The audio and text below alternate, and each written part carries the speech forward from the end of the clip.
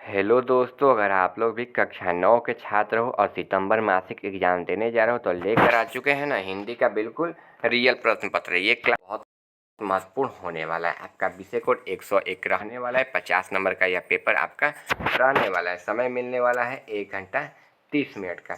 चलिए बिना देरी को ये पेपर को स्टार्ट करते हैं, ठीक है। एक कक्षा 9 मासिक परीक्षा सितंबर का यह बिल्कुल रियल पेपर होने वाला है। व्हाट्सएप चैनल और टेलीग्राम चैनल ज्वाइन करने के लिए डिस्क्रिप्शन बॉक्स में लिंक मिलेगा, वहां से क्लिक करके आप लोग बिल्कुल फ्री में ज्वाइन कर सकते हैं। चलिए बिना देरी के पेपर को स्टार्ट करते हैं।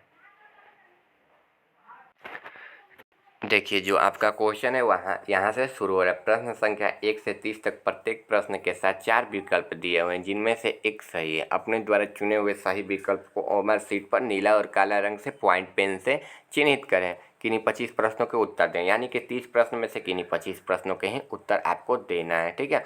और लेकिन 25 का देना अनिवार्य है। चलिए हम सारा आपका क्वेश्चन करा देते हैं। निम्नलिखित में से शुद्ध शब्द हैं।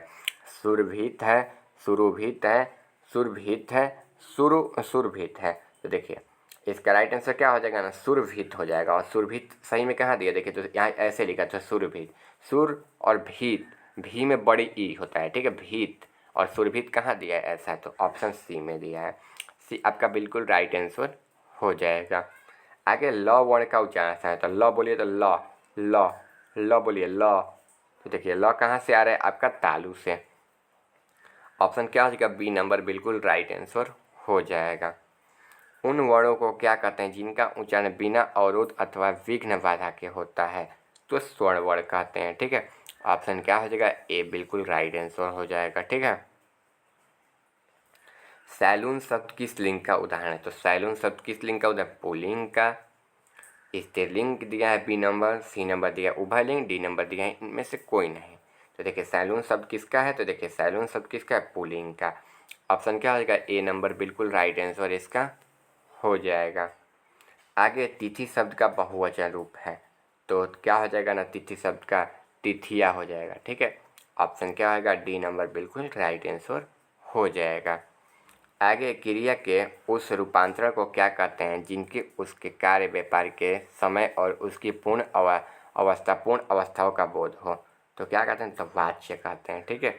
ऑप्शन क्या हो जाएगा, ए राइट आंसर हो जाएगा। आगे है जटिल शब्द का विलोम शब्द है, तो जटिल का विलोम शब्द क्या है, तरल है, सरल है, मुक्त है, कुटिल है, तो सरल हो जाएगा, ठीक है। कि जटिल का क्या होता है, जटिल मतलब कठोर होता है और सरल मतलब आसान, ठीक है। तो ऑप्शन क्या हो जाएगा, बी राइट आंसर हो जाएगा। आम शब्द का परिभाषित शब्द है, प्रमोद, अनल, रसाल, अम्बुज। तो देखिए इसका राइट आंसर क्या हो जाएगा ना, रसाल हो जाएगा। ऑप्शन क्या हो जाएगा, सी राइट आंसर हो जाएगा। अभी तक आप लोगों ने चैनल को सब्सक्राइब नहीं किया, चैनल को सब्सक्राइब और वीडियो को लाइक कर दीजिएगा। जो पीने योग्य हो उसके लिए एक वाक्य खंड, पेय, प्रमेय, खाद्य, अखाद्य। तो जो खाने योग्य हो उसको खाद्य बोलते हैं, जो खाने योग्य ना हो अखाद्य बोलते हैं। और प्रमेय तो ये अलग चीज़ है, ठीक है। तो जो पीने योग्य हो उसको क्या बोलते हैं, पेय बोलते हैं। और पेय कहाँ दिया, ऑप्शन ए में दिया है। अंधा होना मुहावरे का अर्थ क्या है, तो चकित होना, धोखा देना, विवेक भ्रष्ट होना, बिना विचारों व्यक्त करना। तो अंधा होना क्या हो जाना, तो बिना विचार व्यय करना, ठीक है। बिना मतलब बिना सोचे बोलना, ठीक है, उसी को अंधा बोलते हैं। ऑप्शन क्या होगा, डी राइट आंसर हो जाएगा।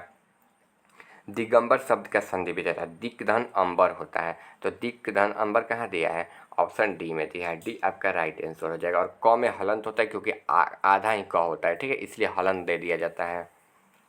चलिए आगे, संधि में जब दो अक्षर या वर्ण मिलते हैं तब उनके मेल का उत्पन्न होता है। तो जब संधि में दो अक्षर या वर्ण मिलते हैं तो उनको क्या बोलते हैं, तो देखिए समास बोलते हैं, ठीक है। और ये जब अलग होता है तो इसको समास विग्रह बोलते हैं, ठीक है। अव्यय तो पहले भाषा होगा, अव्यय प्रत्यय मिलेगा तभी तो एक भाषा बनेगा, ठीक है। आपको ध्यान रखते हुए चलना है। 29 शब्द में कौन सा उपसर्ग है, तो देखिए उपसर्ग जो होता है ना वो पहले आता है, तो 29 में क्या आ रहा है, ऊन आ रहा है, 29, ऊन प्लस 30 आ रहा है, तो इसमें उपसर्ग क्या है, तो 29, तो ऊन आ रहा है ना, तो ऊन हो जाएगा। और ऊन कहाँ दिया, ऑप्शन ए में दिया है। आगे है भिड़ंत में प्रत्यय है, तो भिड़ंत का प्रत्यय कहाँ था, अंतिम में आता है, ठीक है। और भिड़ंत, तो भिड़ंत में सबसे अंतिम में क्या आ रहा है, अंत आ रहा है, भिड़ंत अंत आ रहा है ना, अंत बोलिएगा तो अंत कहाँ दिया है, ऑप्शन ए में दिया है। ऑप्शन ए ही इसका राइट आंसर हो जाएगा। आगे है तुमने गाया होगा। इस वाक्य खंड किस काल का उदाहरण है? वर्तमान काल, भूतकाल, भविष्य काल, इनमें से कोई नहीं। तो तुमने गाया होगा, तो देखिए वर्तमान काल मतलब वर्तमान काल में सीधा समझिएगा होगा की जगह है लगा रहता है, और भूतकाल में था लगा रहता है, और ठीक है, और भविष्य काल में गागेगी लगा रहता है। तो इसमें क्या लगा है? गागेगी। तो ऑप्शन क्या हो जाएगा? सी लगा रहेगा। ठीक है, मतलब आपको बोलना है ना कि मैं अभी स्कूल में हूँ, ठीक है, और मैं स्कूल में था और मैं स्कूल जाऊँगा, तो जाऊँगा तो भविष्य में ना जाऊँगा, अभी तो ये क्लियर नहीं है जाऊँगा या नहीं जाऊँगा। ठीक है, तो ऑप्शन क्या हो जाएगा? सी हो जाएगा। शिव पूजन सहाय के बचपन का नाम क्या था? तो क्या था? शिवनाथ था, रामनाथ था, शंभुनाथ था, भोलानाथ था। तो क्या था? भोलानाथ था। ठीक है, ऑप्शन क्या हो जाएगा? सी राइट आंसर हो जाएगा। चलिए आगे है, भगजोगिनी चूंकि मुंशी जी की गरीबी में पैदा हुई और जन्मते ही माँ के दूध से वंचित होकर क्या कहलाने लगी? तो टूअर। ठीक है, ऑप्शन क्या हो जाएगा? बी इसका राइट आंसर हो जाएगा। आगे है, यहाँ पर देखिए, आगे यहाँ पर दिया है, एक सेकेंड थोड़ा सा कट करना पड़ेगा। हाँ देखिए, आगे भगजोगिनी का दूसरा पति है, एक ठेकेदार, उसका देवर, उसका सौतेला बेटा, एक वकील। तो देखिए इसका राइट आंसर क्या हो जाएगा ना? एक एक थानेदार हो जाएगा। चलिए आगे है, भारतीय गणतंत्र में पहले राष्ट्रपति कौन थे? तो डॉक्टर राजेंद्र प्रसाद ही थे। ठीक है, ऑप्शन क्या हो जाएगा? ए राइट आंसर हो जाएगा। ठीक है, क्योंकि डॉक्टर भीमराव अम्बेडकर तो राष्ट्रपति बने ही नहीं थे, जवाहरलाल नेहरू प्रधानमंत्री थे। ठीक है, महात्मा गांधी तो बने ही नहीं थे, राजेंद्र प्रसाद आपका सिंपल आंसर हो जाएगा। चलिए आगे है, बुद्ध के समय नालंदा क्या कहलाता था? सम्राट हर्षवर्धन का महल, मगध की राजधानी, पारिवारिक का मतलब आम्रवन, ठीक है, या फिर लामा तारानाथ का घाट। तो क्या कहता है? मगध की राजधानी। ऑप्शन क्या हो जाएगा? बी बिल्कुल राइट आंसर हो जाएगा। जिसको किस नाम से जानते थे? तो पाटलिपुत्र के नाम से जानते थे पटना को। और पटना का इतिहास कितना हज़ार साल पुराना? तो 2500 पुराना है, मतलब यह है कि 2500 साल पुराना है इसका इतिहास। ग्राम गीता का मर्म शीर्षक पाठ की विधा है। तो क्या हो जाएगा? एकांकी है। आगे है, ग्राम गीता मर्म शीर्षक पाठ के लेखक हैं। तो कौन है? तो राम कुमार हो जाएगा। ठीक है, ऑप्शन क्या होगा? सी राइट आंसर हो जाएगा। संत कबीर रैदास का जन्म कहाँ हुआ था? तो बनारस में, आजमगढ़ में, बस्ती में, गोंडा में। तो गोंडा हो जाएगा। आगे, सूफिया क्या विश्वास के अनुसार किसके द्वारा परमात्मा को पाया जा सकता है? तो किसके द्वारा? युद्ध के द्वारा, प्रेम के द्वारा, गृह त्याग के द्वारा, या नफरत के द्वारा? तो देखिए युद्ध के द्वारा तो किसी को नहीं पाया जा सकता है, नफरत भी करेंगे तो युद्ध के समान ही हो गया, अगर घर त्याग देंगे तो मतलब नहीं पाया जा सकता है, लेकिन प्रेम के द्वारा ना जो भगवान यानी परमात्मा उनको पाया जा सकता है। आगे गुरु गोविंद सिंह रचित कृति है। तो क्या है? तो गुरु गोविंद सिंह, तो देखिए मधुमालती हो जाएगा। आगे है, पलक पावड़े शीर्षक पाठ की विधा है। तो निबंध हो जाएगा। चलिए आगे है, किसके ज्ञान न मिला था कि वाणी के तारों को इतना मत कसो कि वह टूट जाए, और इतना ढीला भी मत रखो कि वो संगीत ही न निकले।